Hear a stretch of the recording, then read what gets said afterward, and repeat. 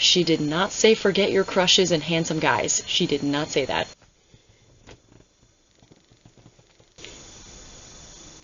Good evening, or good whatever time of the day it is for you, and welcome back to the reaping. Or whatever I end up calling this. The reaping, the evisceration, the roasting, something like that. I really have to figure out a way to get my lighting to not reflect off of my glasses. I could just take my glasses off, but at the end of a long day, I really just like to have them on when I'm reading terrible books. Can you tell I don't know what I'm doing and that I'm just going by the seat of my pants?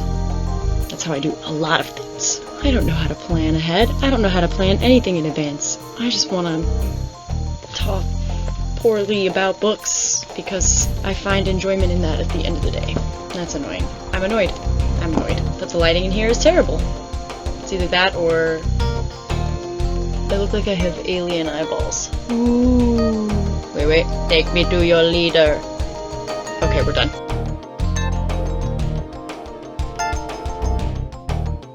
Thank you for joining me again on part 4 of my live commentary as I read through this book, Throne of Glass. Did I already make a Throne of Ass joke? Pretty sure I did. I would have at least alluded to it.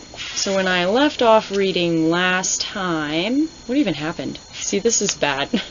As I've said before, I already read this book once many years ago and don't remember anything about it.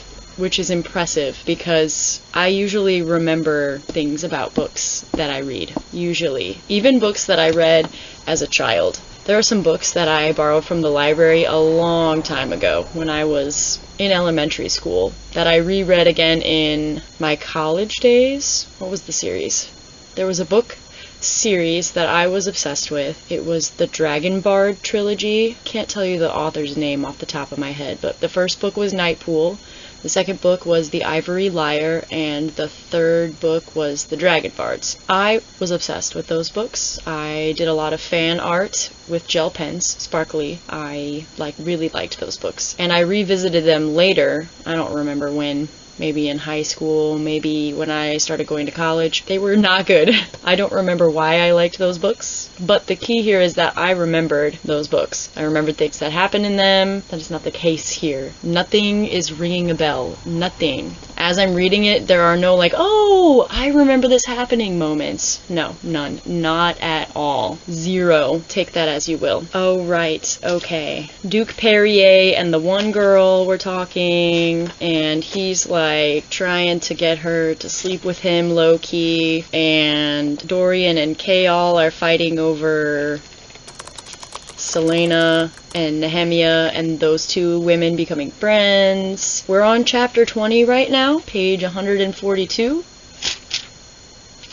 Let's start swinging the scythe. Ahaha. We find Selena finishing reading a book. Oh, she finished an entire book because it had a terrible ending. And now she leaves her bedroom. I'm pretty sure she's supposed to have a big ol' assassin game here pretty soon. But instead of thinking about the important things, she's upset at Chaol. So she's pacing through her rooms, which she has more than one room. That's pretty swanky for someone who's low-key a slave still, in my opinion. So she's pacing her room, contemplating her behavior toward Chaol, which is a first for her. This is the first time she has This is the first time she has contemplated any behavior other than violence. Doesn't say much, because I think she does a lot of contemplating and not a lot of doing, so we'll see what this turns into. I was right. There's a test tomorrow. And she's walking around thinking about how badly she treated Chaol, even though he might have deserved it. Spoiler alert, he kind of does. He keeps putting himself in this position. This is his fault. He deserves it. She finds an instrument. Wait a second. This is the only part I remember where she borrowed the pool cue. Selena eyed the pianoforte. She used to play. Oh, she'd love to play. Loved music, the way music could break and heal and make everything seem possible and heroic. Okay, she had been good once. Perhaps better than good. You're telling me this, but I'm not seeing it. That's been the case with this whole character. She is miraculously good at anything that gets put in front of her. She's a notorious assassin at 18, even though I haven't seen any proof of that yet. The only proof she could have given us was when she was sparring with Kaol and he played dirty with her. Imagine, a squeaky clean captain of the guard playing dirty with an assassin. Shouldn't the roles be reversed? Shouldn't the assassin be the one playing dirty with the captain of the guard? You know what I'm saying? She can miraculously speak a language that no one else in the court knows how to speak, if at all, or very well. And now, oh, she used to be better than good at playing the piano. What does this have to do with her assassin stuff? Could she take one of the strings out of the piano and use it as a garrote? Is that how you say that? I need to find out. Is it garrote? Garrote? I'll find out later. Her former mentor slash father figure slash the guy who made her slam her hand in a door for no good reason made her play the piano for him whenever they saw each other. Pianoforte. I'm just going to call it a piano. Pianoforte is too much of a mouthful and it sounds weird. Piano. It's a piano. And then she thinks about him. Does he know she's out of the mines? Would he try to free her? Girl, he made you slam your hand in a door for no reason. He doesn't give a shit. He doesn't care where you are. He's not going to come try to free you. In fact, he's probably already found another 8-year-old girl to train. He seems like the type. Haven't met him. Don't like what I'm hearing so far. We also get mention of this Sam character again. What would Sam make of all this? Who is Sam? Who is Sam? Are we about to find out? No. We're not. Sam, like her, had been betrayed. I hear you. And sometimes the absence of him hit her so hard that she forgot how to breathe. She touched a lower note. It was deep and throbbing, full of sorrow and anger. Deep and throbbing, huh? Is this foreshadowing? Or past shadowing from Sam? This would be a good time to see her have some, like, pain in her hand while she's playing this piano. This guy, Arobin, I know I said it wrong. This book is making me question all of my knowledge of the English alphabet. I think I said it right. Arobin. No, I definitely didn't say it that way. I said Arobin. Arobin Hemmel. Arobin Hemmel used to make her play the piano. It also made her slam her hand in a door for no good reason.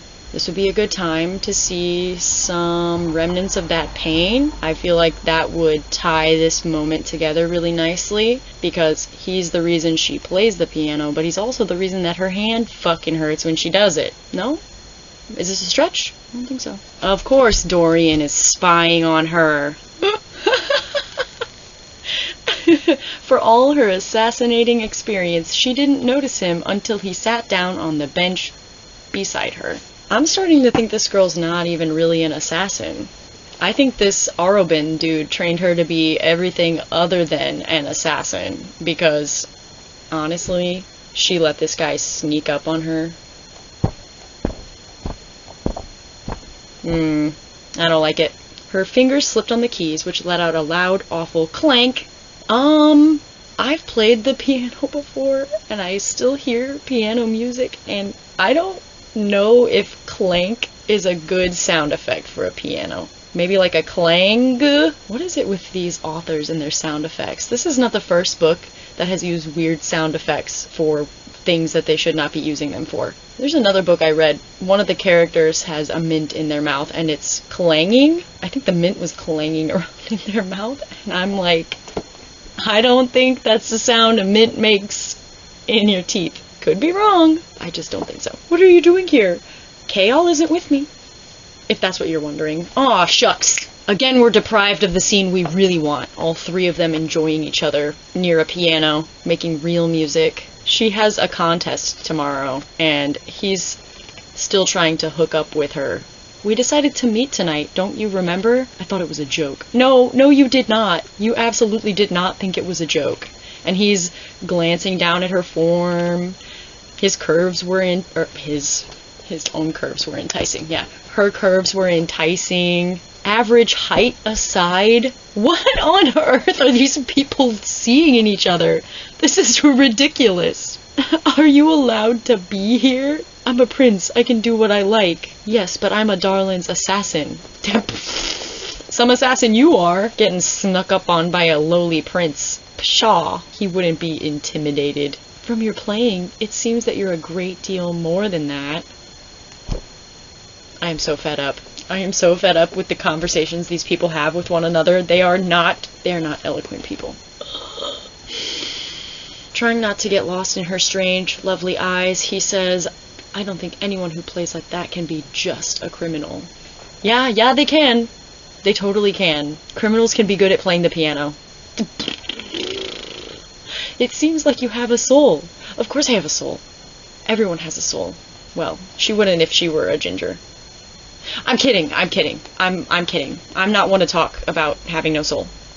And of course, Kayal gets brought up in conversation.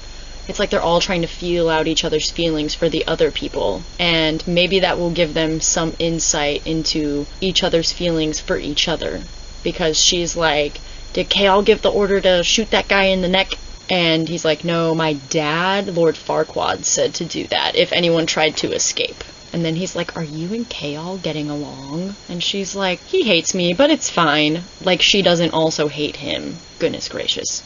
Why do you think he hates you? This is a silly conversation for these people to be having the night before an important contest test thingy-majig. Am I wrong for saying that? I just feel like the priorities here are getting very, very slippery. I'd rather not be seen as one of your lovers.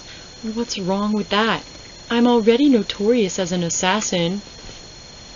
I don't particularly feel like being notorious for sharing your bed. Okay. This notorious assassin that kept her identity hidden could also keep something like that hidden if she wanted to, right? Who has to know? Who's gonna run around blabbing? Just, sneak in unseen, do your business, sneak out unseen. No one has to know. What's the problem? This is ridiculous. Silliness. He's not going to debate morality with an assassin who kills people for money. I have yet to see that actually happen, but it offends her, so she threatens to have Kayal come and rescue her, like always, from everything. Rescue me from having to wake myself up in the morning. Rescue me from having to eat breakfast by myself. Rescue me from... Yeah, you're quite prickly tonight, he said, following her. You're not nearly as chatty as you were this afternoon. She's being pretty chatty right now, even though she is being prickly about it. Like, she could just stare at him for a couple seconds and then walk away and say nothing. That would be more along the lines of not being chatty. In fact, I feel like that is a very assassin thing to do, just... and then, like, turn around and leave. She could do that, and what's he gonna do? Continue to follow her and try to talk? She could continue to ignore him. Just an idea. This is so weird. This is so goofy. I'm not some odd commodity that you can gawk at. I'm not some carnival exhibit. You won't use me as part of some unfulfilled desire for adventure and excitement, which is undoubtedly why you chose me to be your champion. Correct me if I'm wrong, but he chose you to be the champion because you're the most notorious assassin in Adarlan. Or are you not? Which one is it? Please, make up your mind quickly, because... you're supposed to win, obviously. Plot armor. I don't think you're an adventure, he muttered. You just tried to hook up with her. He finally leaves and refers to her by her surname. Why are we bringing... all we know is Sam died. I guess we're not gonna find out what actually... his name was Sam. What happened? He died.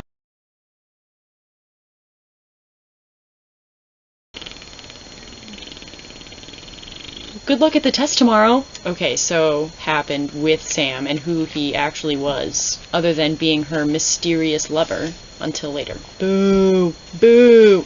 Oh, now we're finally doing something I actually think is real assassin work. They're climbing up the stone wall of the castle with tar on their fingers and toes. They are climbing up the wall to get a golden flag. Okay, the test was simple. Climb the castle to where the flag waved 90 feet in the air and retrieve it. First one who grabbed the flag and brought it back down received a pat on the back. Oh, last one to reach the designated spot would be sent back to whatever gutter they came from. A pat on the back.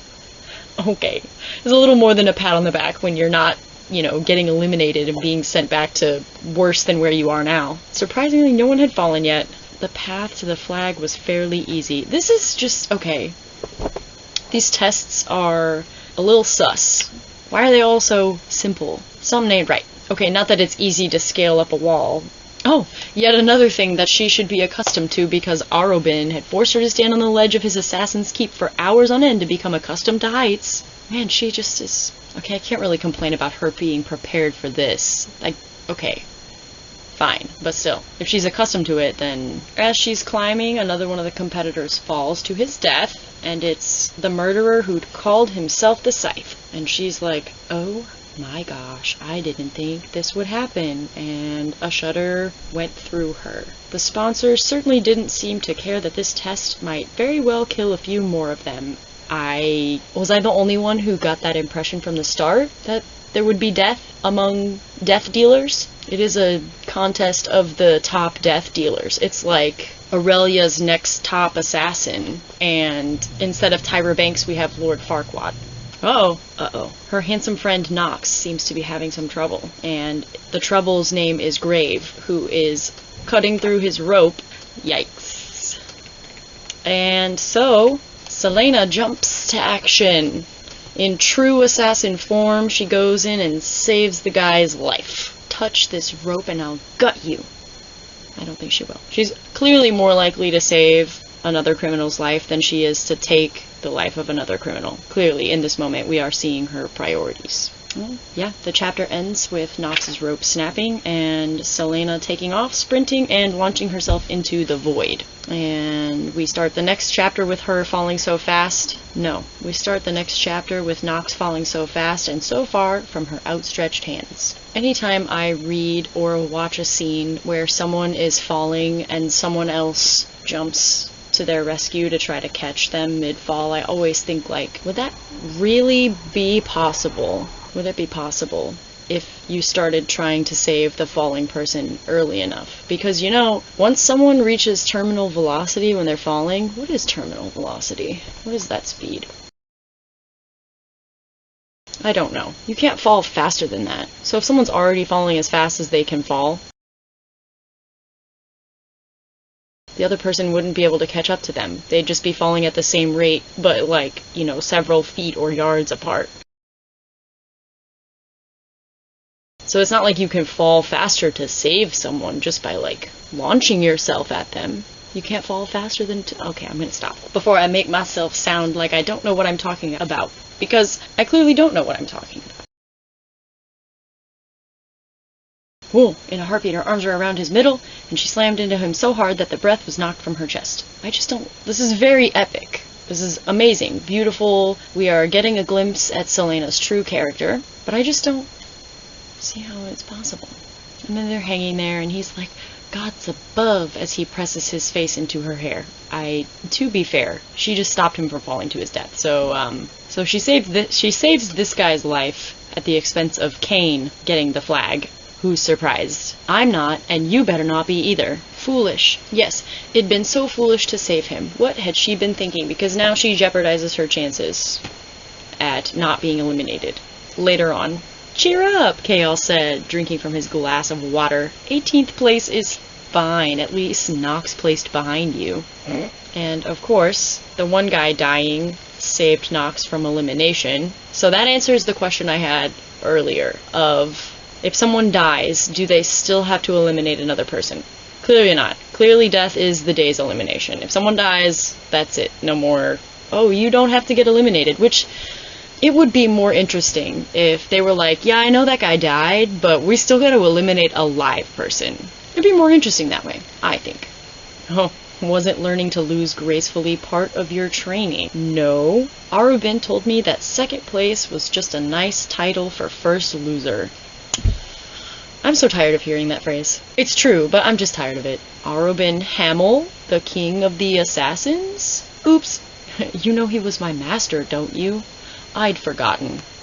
How do you forget something like that and then have this reaction? Also, if you're a student or protege or ward of the King of Assassins, how do you remain anonymous? and still be a notorious assassin. If people know who he is, then they would know. Well, I guess they know you now. This is all so silly. I'm gonna set this down for a second and say that I have been comparing this book in my head to The Assassin's Apprentice by Robin Hobb. And I feel like that book about a young man learning how to be an assassin from another assassin was a lot more realistic. I am being unfair. This book is supposed to be young adult.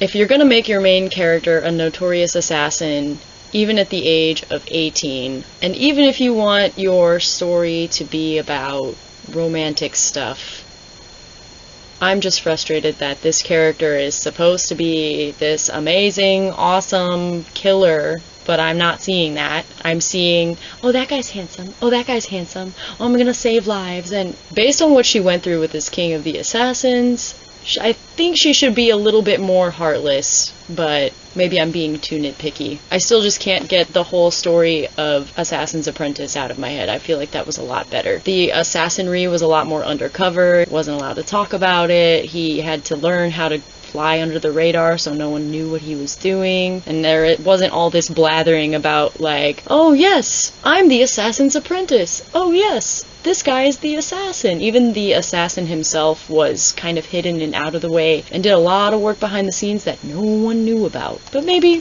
this can just be this world's kind of assassins. Arobin would have flogged her for saving Nox, jeopardizing her own safety and place in this competition. If that's the case, then she wouldn't have saved this other guy. 10 years of that kind of training, I think she'd be a little bit more conditioned under that kind of, especially considering she went through all of this training at a really pivotal time of her life. I mean, 8 to 18, that's basically your entire childhood.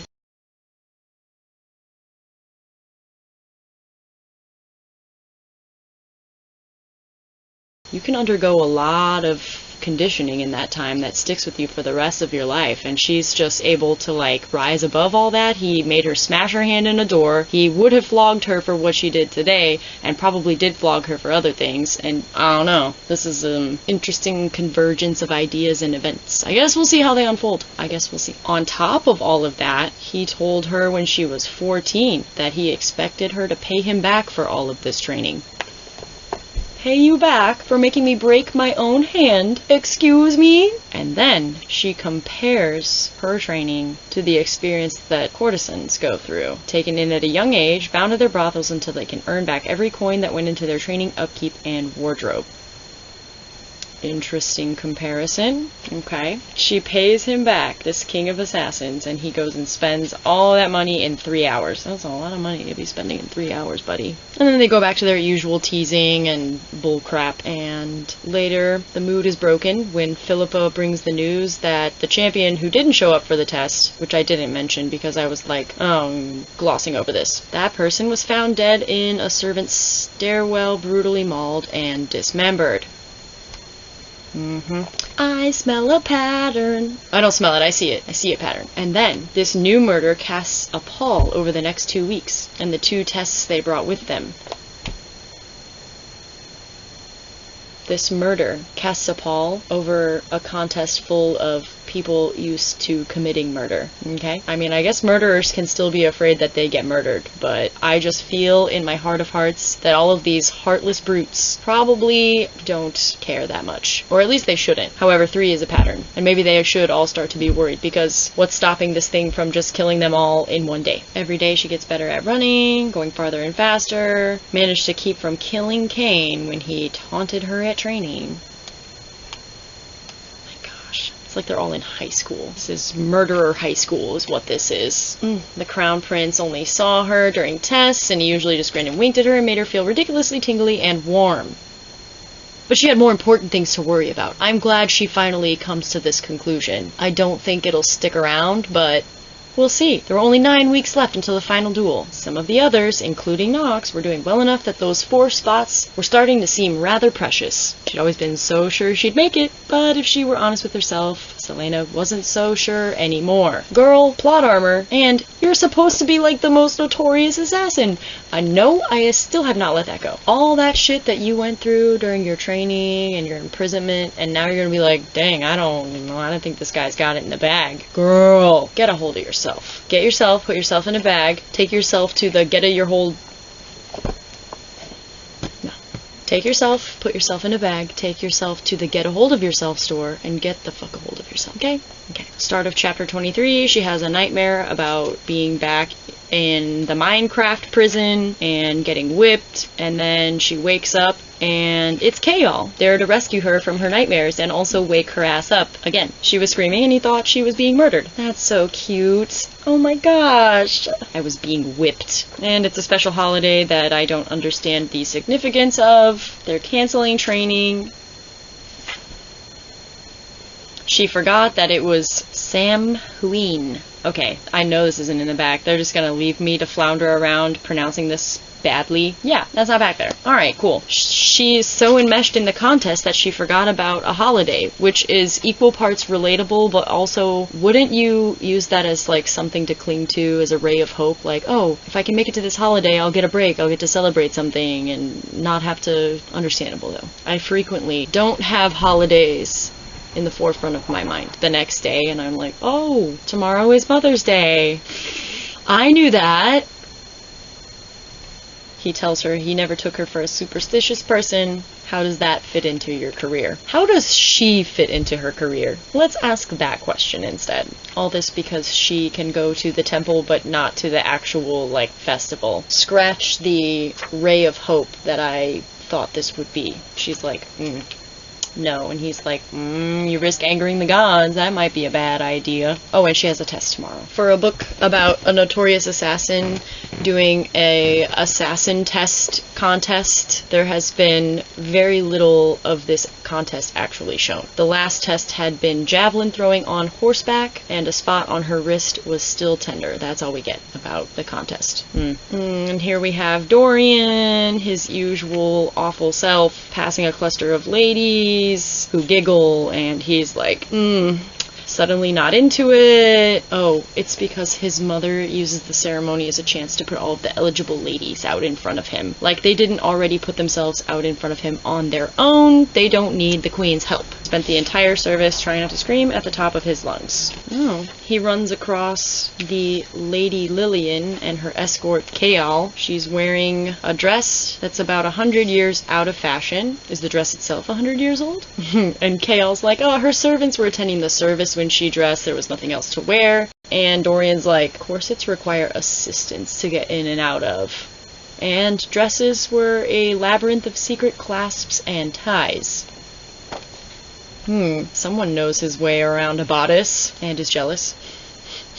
Everyone is bad at speaking Eelway to Nehemia except for Selena. That's ridiculous. I don't like that at all. Some other people should be good at speaking it as well. It's just way too suspicious that Selena's the only one who can speak it fluently, and Nehemia is just like, oh yeah, she's totally a native speaker. It's all good. If I were Nehemia, I'd be like, girl, we don't use that word. Girl, that word is slang for this part of the body, that sort of thing. Oh, I didn't know. Yeah, of course you didn't know. We have another subplot here that has barely gotten any attention, and that is the plan to bring more forces into Eelway to crush the rebels so efficiently that they wouldn't dare challenge Adarlan's rule again. Maybe I just haven't been paying attention to this subplot. I would pay attention to it if it were more in the forefront, but it's not, because what's in the forefront is all these horny young people being horny and stuff.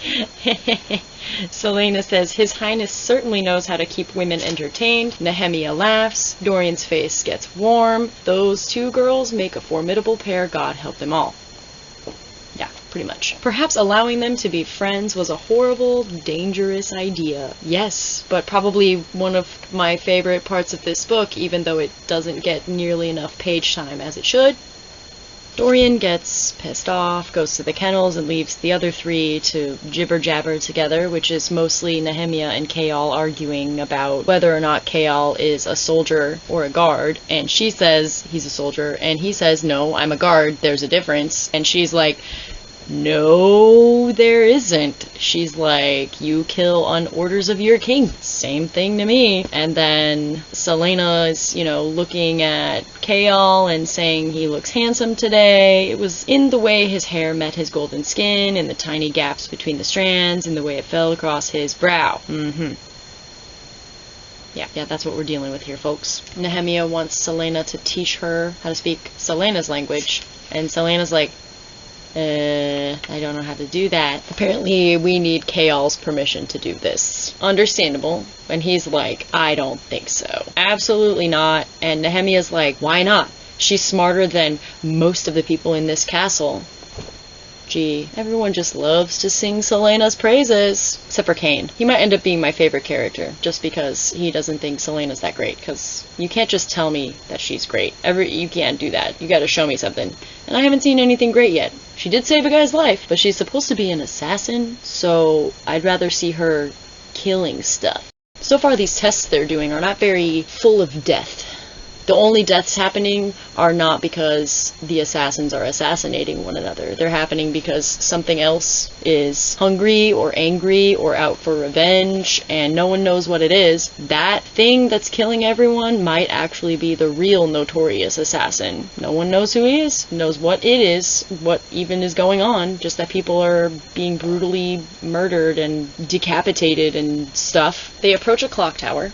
Black and menacing as always. Oh, not a clock tower, the clock tower. It's made an appearance before. Cain's kneeling before it, probably praying or high on drugs or something. They walk up to him and he's smiling and standing and his hands are covered in dirt. Maybe he thinks he's a cat and he just was going to the bathroom. Forget I said that. Selena calls him a nasty brute when he walks away. And Nehemia's like, who is that? And they're like, and Selena's like, a soldier in the king's army, though now he serves Duke Parrington. I forgot about that. And Nehemia watches Cain. Something about him makes me want to beat in his face. Selena laughed. I'm glad I'm not the only one. It makes sense for a princess to just, have ideations of violence. It doesn't make sense for an assassin to have ideations of violence and then not also follow through. I think Nehemia would be a better assassin than Selena. It's not gonna happen, but a girl can dream that another girl does the thing that I want from this story. Kill people. All this is making me sound like a really, really terrible person. All I am saying is that this main character is not doing what she is known to do, and it's upsetting me. They go over, they look where Cain was burying his business, and they find out that he was not burying business, he was writing a word mark. How strange. Nehemia's like, no, they're part of an ancient religion that died long ago. Clearly it's not dead because, oh look, there's another word mark. We should leave it alone, Nehemia says. Oh, a third mark is found. It was a strange shape, small diamond with 2 inverted points protruding from either side. Ah, okay. Cain was cleaning the word marks. He didn't carve them himself. He was just cleaning them. But, sometimes these magical runes do some weird things when you touch them or trace them. Allegedly. The princess starts looking at Selena funny, and Selena's like, what? I don't know anything about word marks. And the princess is like, you're hiding something. You are much more than you seem, Lillian. Well, that's true. And also glaringly obvious. Selena asks if Nehemia can teach her Eelway properly, and the princess is like, if you teach me more of your ridiculous language, and she's like, alright, it's a deal, just don't tell Kaol, because he'll get mad. He's spent the majority of this book upset and mad over things, so I don't know why this is deterring her now. Chapter 24, Selena's in bed, staring at the moonlight on her floor. It's only midnight, and even though they had another test tomorrow, she couldn't sleep. Midnight is tomorrow, I think. I know. Tomorrow doesn't happen until you fall asleep and wake up again, but I'm just being poopy. Her being unable to sleep leads her to finding a door behind a tapestry on the wall, and she finds a dark passage. Ooh, spooky. She wants to go exploring and needs proper provisions, so as anyone would do, she gathers 2 balls of yarn along with 3 sticks of chalk and 1 of her makeshift knives, 3 extra candlesticks. So she goes into this passage, navigating by candlelight, dusty place. She runs out of yarn, no more turns to mark, smells bad, opens a gate leading to a wide stream, some boats. Oh? Escape maybe? No guards. It'd be so easy to raise the gate. She felt reckless and wild. What was she doing in a palace? Why was she, a Darlin's assassin, participating in some absurd competition to prove that she was the best? She was the best. Alright, then go win, I guess. Or leave. Either way, you're the best. You don't need a contest for anyone to know that you're the best, let alone yourself. Come on, girl. Come on. She could easily escape. She knew that it would be foolish to do so. The king would find her somehow, and Chaol would be disgraced and relieved of his position, and Princess Nehemia would be left alone with moronic company, and, well, these are not very assassinly thoughts. She's having empathy for people?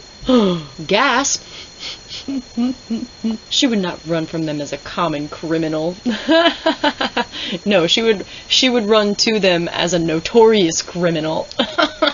Come on! Somehow she ends up spying on everyone already celebrating whatever the name of this holiday is, and she sees Chaol laughing, and she's like, oh, I'm so happy for him, and she's like blushing because she's turned on by the fact that he's actually happy. Oh girl, no, you have to keep hating him. You can't be, I don't want you to like him, I want you to continue to hate him. She sees all the other champions there, and she's like, what? She gets slapped in the face with some FOMO. She's like, how dare they not invite me? And they invited all the other champions? Well, I mean, you were the only woman, so maybe that has something to do with it, just a guess. Oh no, there's another woman there. It's a blonde idiot dancing with the crown prince, who she has difficulty not staring at. She doesn't want to talk to him, but she will stare at him. Girl. She still very much wanted to kiss him. Ew, gross. You had your chance. You blew it. You got pissed about something that I don't remember why you got pissed, but you did. You could have kissed him then. That would have shut him up. What a thought. You could have kissed the guy when he snuck up on you playing the piano, and he wouldn't have had anything else to say that you didn't like. He'd be too busy communing with your lips. Oh my gosh. She runs all the way back to her chambers, and she's sweaty and gets in bed. Ew. And then Dorian goes to her rooms after the feast. Not sure what he's doing there exactly. It's 2 a.m. Buddy, you know what you're doing. You know exactly what you're doing in her rooms at 2 a.m. Don't even play that game. She's asleep, still in the strange dress that he was eyeballing, thinking about how Chaol probably helped her put it on. He knew her somehow, and he knew she wouldn't harm him. Is this foreshadowing? That seems like some foreshadowing for something. Something I probably won't like in the future. I'll have to put a tab in that. Put a pin in that. He's sneaking up on her and creepily watching her again. Oh! He's creepily watching her, and Chaol comes over and is like, what are you doing, being the creep? Hello? You don't even have to ask that question. Come on. Chaol grabbed him by the collar of his jacket, and Dorian might have punched his friend had Chaol not been so lightning fast. Before he knew it, he was roughly tossed into the hallway and the door closed and locked behind him. For some reason, Dorian didn't sleep well that night. Gee, probably because Chaol kicked him out, locked him out, and he was still in the room. That's the way it seemed to me. Chaol took a deep breath. What was he doing here? Dog, it is 2 a.m. and both of you guys are like, what am I doing here? Give me a break. Give me a fucking break. You know exactly what you're doing here at 2 a.m. You're being a creep also. You guys are being creeps together. You are angrily bonding with each other over your creephood. She was still in her clothes, and while she looked beautiful, that did nothing to mask the killing potential that lay beneath.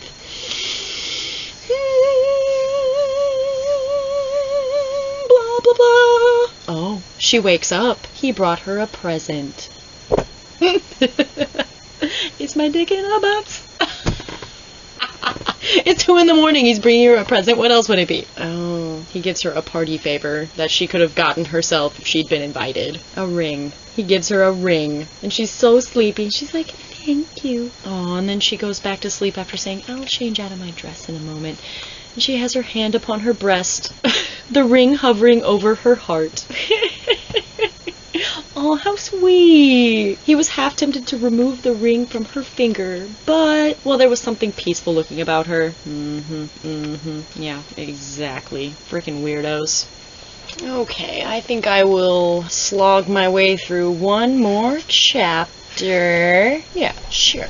No more dreams. Chapter 25, Selena dreaming. But not about getting whipped this time. Going down the old hallway she found. That's what we're doing in the dream. And she finds a sarcophagus and another sarcophagus. A female and a male sarcophagus pair. And the man is in darkness, but she can still tell that he is handsome with his beard clipped short, his brow broad and clear, his nose straight and sturdy.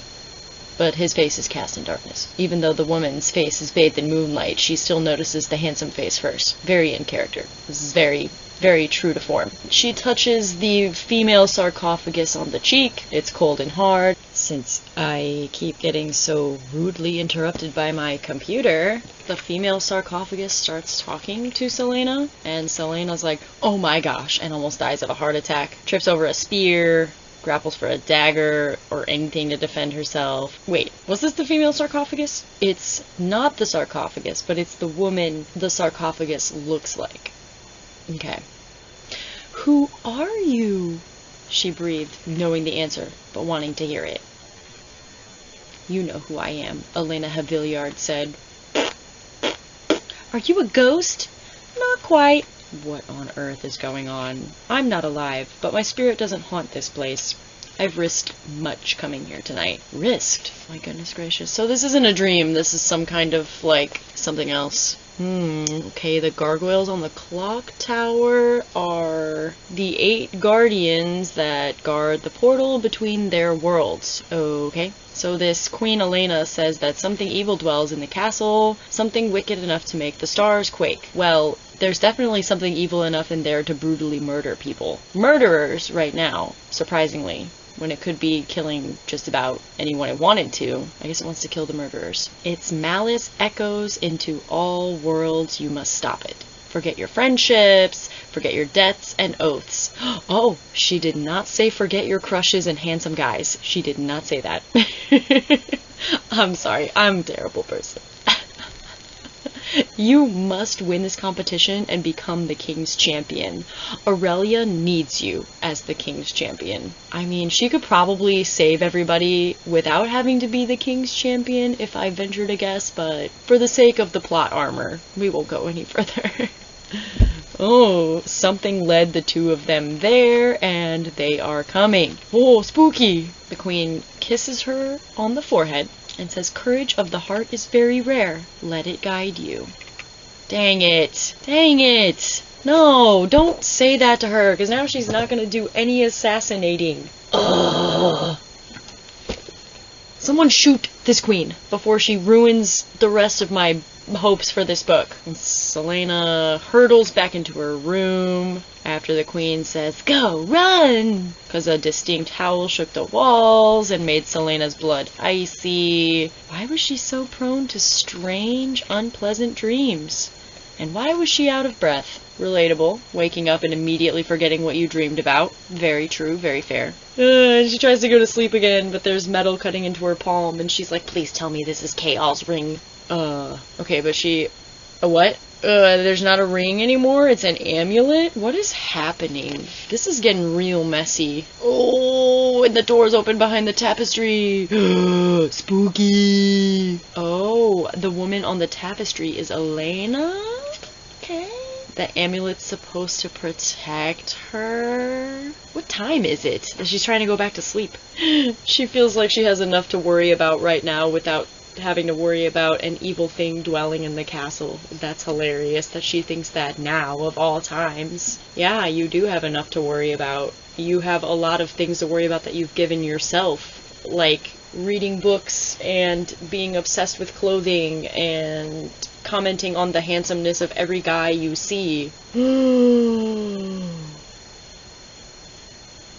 Honestly, Kayal and Dorian were in her room at like 2 o'clock in the morning, and she's in here trying to go back to sleep. And it's a long time because a phantom breeze blows in smelling like roses. Honestly, how much time does she have to slip into an uneasy sleep? I guess we'll find out next time. That's enough for this evening. I hope you will join me again in the next installment. If you are enjoying this content, please consider liking and subscribing. No pressure. If you're like me, you don't immediately subscribe to every single person that asks you to do it, but I do hope you will stick around and watch me finish reading this book on camera. Live, unfiltered commentary of a book that I've read before, but somehow remember nothing about, which is basically like me reading again for the first time. So, if you'd like to continue on this adventure with me, I will see you next time.